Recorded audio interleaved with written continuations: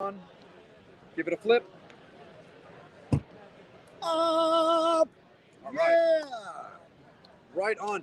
Metal Summoners, we are back with you. We are live again. Rockin' Pod's going great. We got an impromptu one for you, but that's just kind of how we roll because this dude has us on speed dial because he knows that he is always welcome. And he's family. This is family. This is our guy. This is Todd Poole. This is Roxy Blue in the house. What's up, guys? What's up? How are you doing, brother? I'm doing good and just glad to be at Rockin' Pod. It's awesome this year, man. Yeah. Bigger space? Yeah, I wish we were playing. None of the guys in the band were able to make it at the last minute, so but I wanted to do acoustic, but I brought my lovely wife, Amy, with me this year, so it's kind of weird because I'm glad we were able to hook up and do this interview. And but I ran into an old friend of mine, the guy who actually made it happen for Roxy Blue, Tom Zutaut from Geffen Records back in the day. Yeah, I just ran into him, and that was going to talk to him a little bit.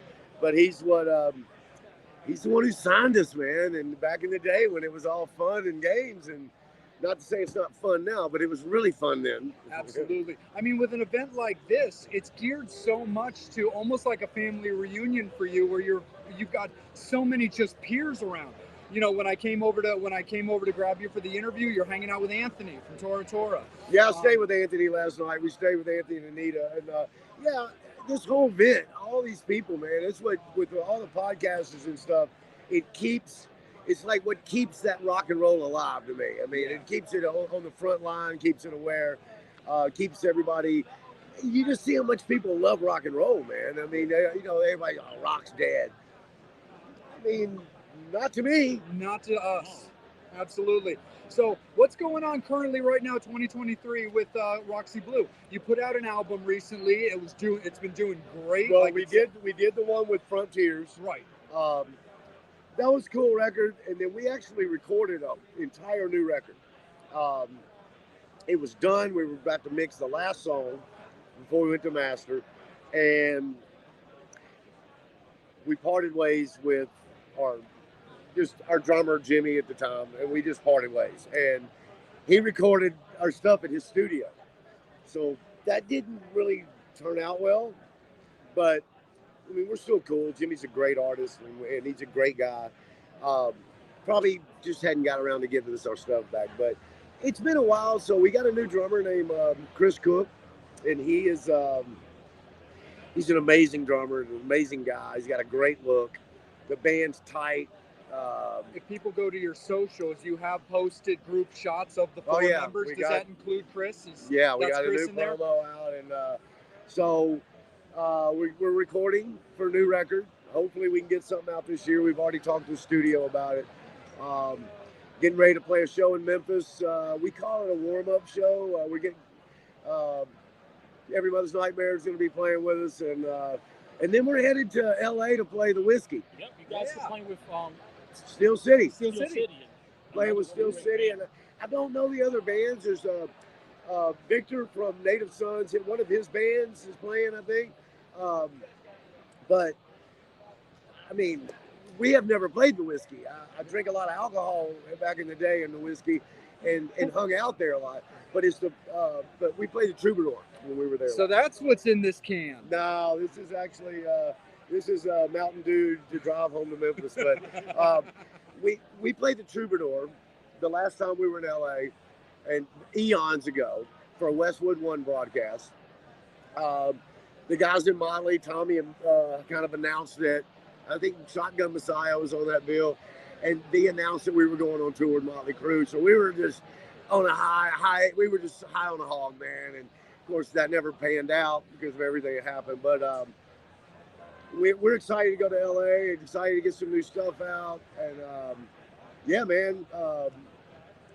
Hopefully, it's going to look good for us. You know, we just do it for a different reason now. I think a lot of these guys are just out playing and just want to do it for the. We're not chasing anything anymore. No. But we're excited to rock, man. Oh, hey, we're doing. Man, it's weird. It's not that big of a deal. I feel like I always want to bring it up. So we play original music, obviously, except for Squeezebox, which we did our own way. Right. But I walked into rehearsal the other day. We had a rehearsal, a once in a blue moon rehearsal, and I brought in. I'm notorious for bringing stuff in at the last minute, and I said, "Hey, man, I got this 2-minute song I want us to do. It's a cover song, and I made a heavy version, and I'm gonna play it and see what you guys think." And it's Eleanor Rigby by the Beatles. Dude, it's heavy, it's rocking, and we're throwing it right in the middle of the set. So we're gonna be right in. So just to let everybody know, if you're in the LA area around the April 12th, that's the week of NAMM. It's us at Still City on Wednesday the 12th. It's I think Enough's Enough plays on Thursday night. Faster Pussycat on Friday night, LA Guns on Saturday night, and it's the 51st anniversary of the Rainbow.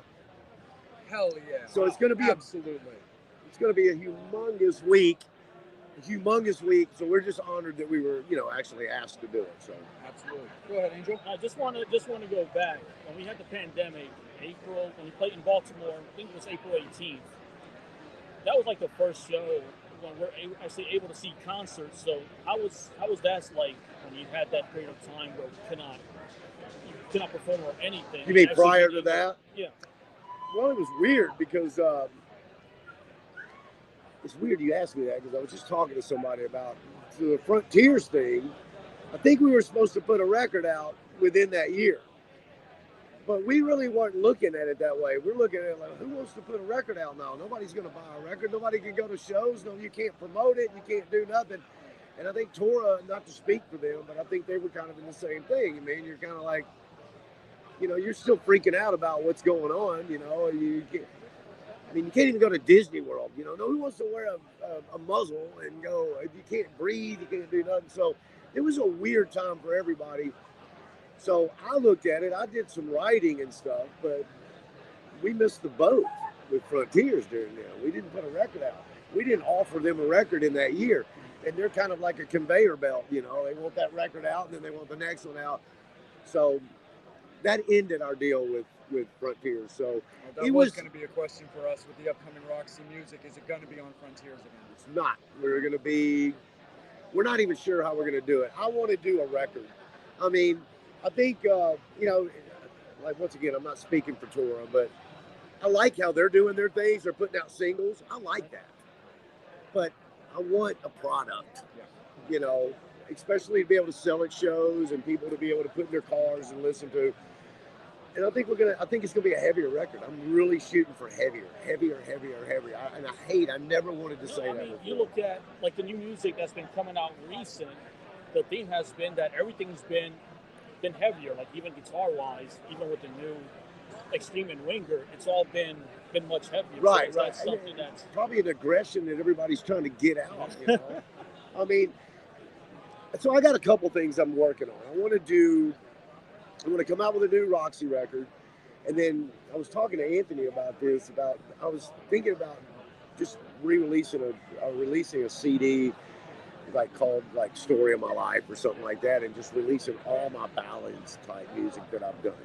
Just, get that out of the way. But I think it would be cool because I'm really writing a lot of heavier stuff now. And that would be a good outlet for me just to kind of get that out there for the people that just like the love songs. Oh, yeah. I mean, we're all suckers for the love ballads. Everybody needs a little love song. Even if you're heavy and you don't want nobody to know it, you're by yourself sometimes and you're like, I'm not saying you're throwing on Barry Manilow, but, everybody needs a little love, man. Absolutely. Which Jay has found, by the way. Yes. Congratulations. Oh, thank you. Mine's left me. She's good. Well, they always come back. That happened too. Nah, totally. Todd, when you look back at the current history of Roxy catalog-wise with the music that you've released, do you write music now differently at your current age than you did back when you were 18? Absolutely. Because back in the day, and I know this sounds cliche and it sounds normal, but I mean, I didn't know anything but party, sex, drugs. I mean, that's all we did, man. I mean, so it was all just fun and games. Everything was tongue in cheek. And then I like to say I grew up. but I don't think I grew up that much. But I have so much more to write about, being a father, being a husband, and just life in general, just so the subject matters get a little deeper because you live, you love, and you lose. We've lost so many. I've lost family members. So you have so much more stuff to write about, and that's my outlet.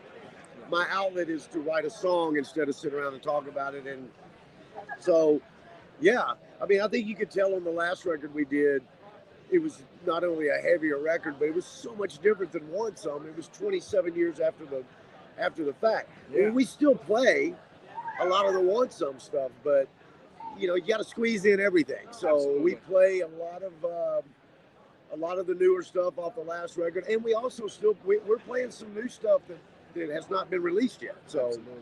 When I come out, you're still going to let me guitar tech for you, right? well, you always have that. That chair is yours, brother. Oh, hell yeah, my guy. Right back to you, Angel.